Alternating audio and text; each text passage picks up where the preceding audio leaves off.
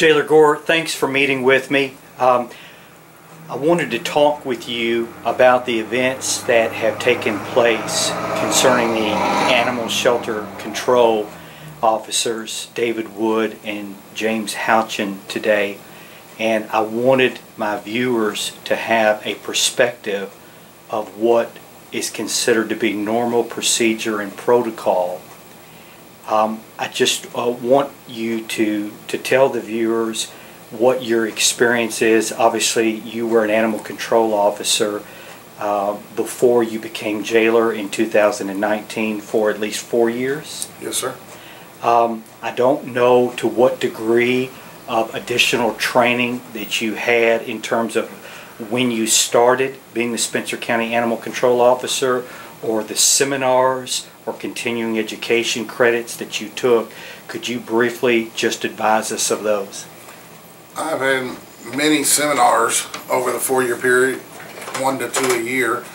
I've also been to NACA training, which is National Animal Control training, and is also required by the Kentucky Advisory Board, Animal Control Advisory Board, that you have that certification within 1 year of being hired. With respect to the events that have been going on in the immediate past, dealing with the trash at the recycling center, unclean conditions at the animal shelter, rats and or rodents, was it part of your training and knowledge to understand that no pesticides or poisons should have been applied or put in the interior area of the dog shelter? That is definitely true. You do not put rat poison or any type of pesticide that's harmful to pets inside the animal shelter. Is that a fact that would be commonly understood and known among appropriately trained animal control officers or directors? Yes, sir. It's definitely a known fact that you do not put that in an animal shelter. You do not use rat poison in an animal shelter.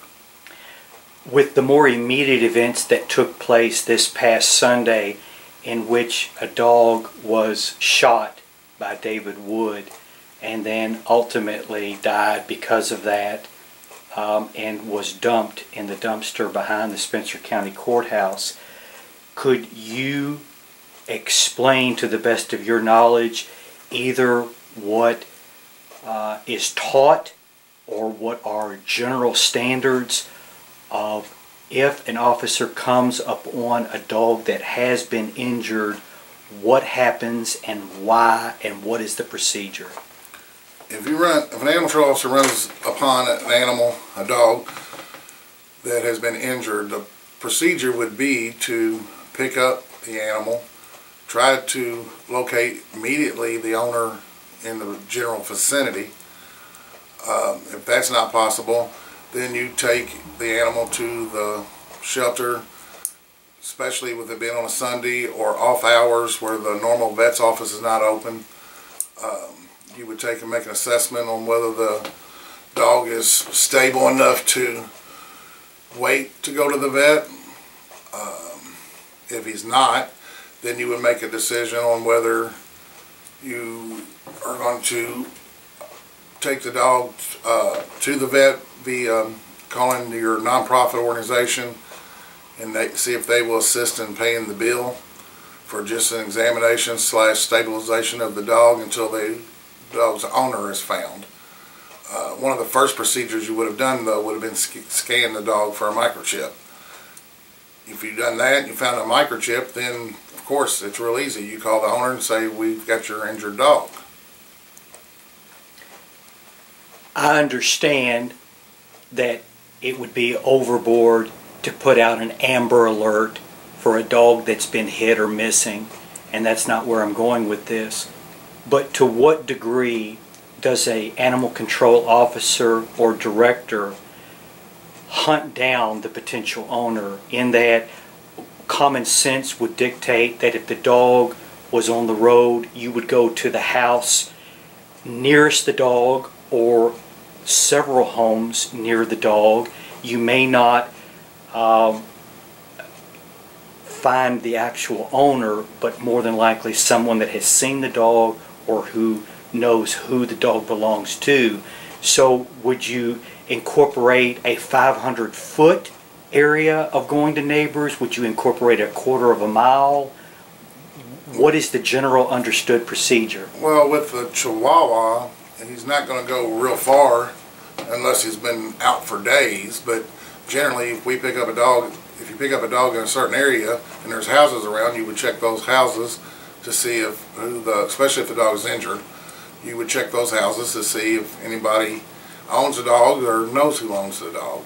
Second of all, you would also take, again, if the dog is injured like that, you would take the dog to the shelter, you would take pictures of it, and you would reach out via social media or whatever to locate the owner of the animal. Meanwhile, like I said, you would stabilize the dog by taking the dog over to Blue Pearl or one of the 24-hour places and getting the dog stabilized until you can get a hold of the owner.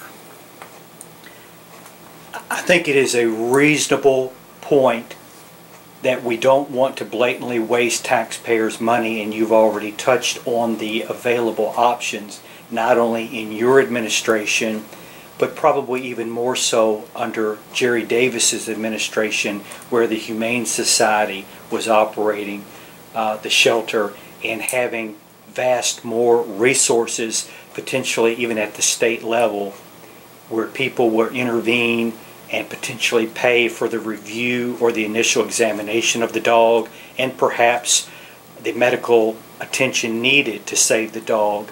But at the very least, the vet can put the dog down in a humane way through needle and an injection rather than blowing its head off with a shotgun.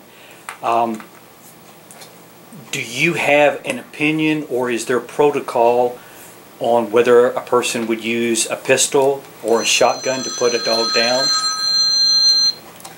Excuse me, let me silence it. Down, making an emergency decision on whether to put a dog down to ease its suffering. Yes, we are to put the dog down if they are suffering. We use by whatever humane needs necessary, which would include if we had to shoot the dog, we had to shoot the dog. But you got to weigh out all your options. There was other options available. Then that's the options that you would take. We don't just put a dog down every time we see one that's injured. I'm not asking you to speak directly or name names. I'm naming David Wood and I'm naming James Houchin. Yesterday in the meeting between David Wood, John Riley, Tom Lewis, and Nancy Lewis, the two owners of the Chihuahua, David Wood made several assertions that were confirmed through Tommy and Nancy Lewis, as well as myself audibly hearing these comments. One of which is that the reason that the dog was placed in the dumpster was to preserve the dog, to keep wildlife from eating the dog or dragging the dog off, because the animal control officers were going to come back the next morning to the dumpster and then unwrap the garbage bag and actually scan the dog for a chip. Is this even plausible?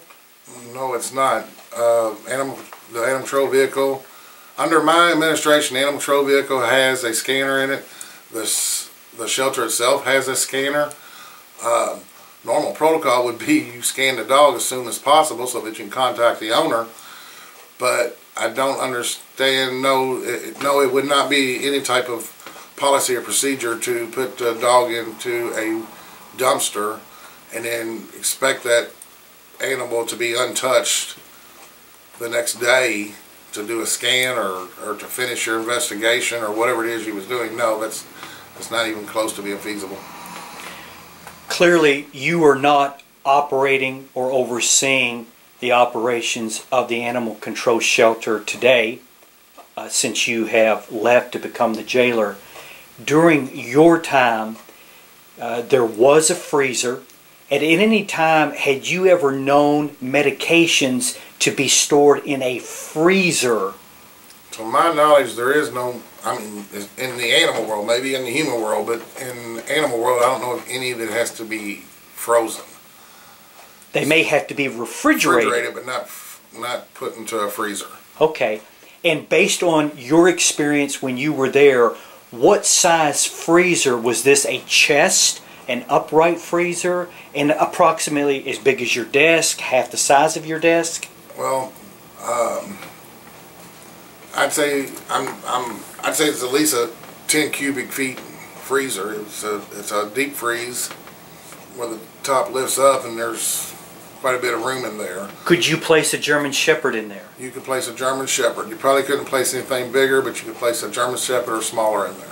Okay. If you had a German Shepherd, would there be room enough for a 4-pound Chihuahua? Yes, there would be. Okay. So clearly, based on your experience, they had an option to freeze the dog, to hold it the next day if in fact this whole scanning had any legitimacy. As well, they could have frozen the dog in anticipation of the owners coming forward seeking to find out if their dog had been picked up. And of course, this was all thrown out literally when they put the dog in the dumpster. Yes, you lost every bit of being able to return the dog back to the owner, or to even scan the animal. I mean, I don't understand. The dumpster that's not untouched by animals. There's raccoons and cats, and this is Taylorsville, downtown Taylorsville. The dumpsters are full of cats. So there is not being protected from animals getting a hold of it. The animal should have been put in a plastic bag and put into a freezer, and in hopes that the owner would come forward and you would be able to give them their pet back for proper burial or whatever they choose to do with the animal. Of course, we don't have all absolute knowledge, but we do know that David Wood lives in Elk Creek. We do know that the dog was allegedly picked up on Plum Creek Ridge Road. And so just doing the geographical mapping, Elk Creek is going to be, I guess, to the east or northeast of Plum Creek Road. So do you have any explanation as to why, other than the fact that David Wood told James Houchins to specifically put the dead dog in the dumpster behind the courthouse, what logic would there be to do that rather than putting the dog in the dumpster at the animal shelter, where in fact you're going to show up the next morning, and if in fact you're being truthful that you're going to scan the dead dog for a chip, the dog would be right there? What logical explanation could there be to dump the dog here? There's no reason that it should have been done that way. If you didn't use the freezer, and he was going to dispose of it or hold it like they're claiming, there's totes at the animal shelter they could have put this animal into, put something on top of it, kept it inside the animal shelter where nothing could have got to it. There's storage areas in the animal shelter they could have put this animal in a tote, in a plastic bag, and kept. There's just multiple options that could have been followed. If I remember correctly, when you ran for jailer, you told the potential voting public that you would stay as the director of the animal control shelter for free. Yes, and sir. You would continue to do your duties. Obviously, there would be another paid member.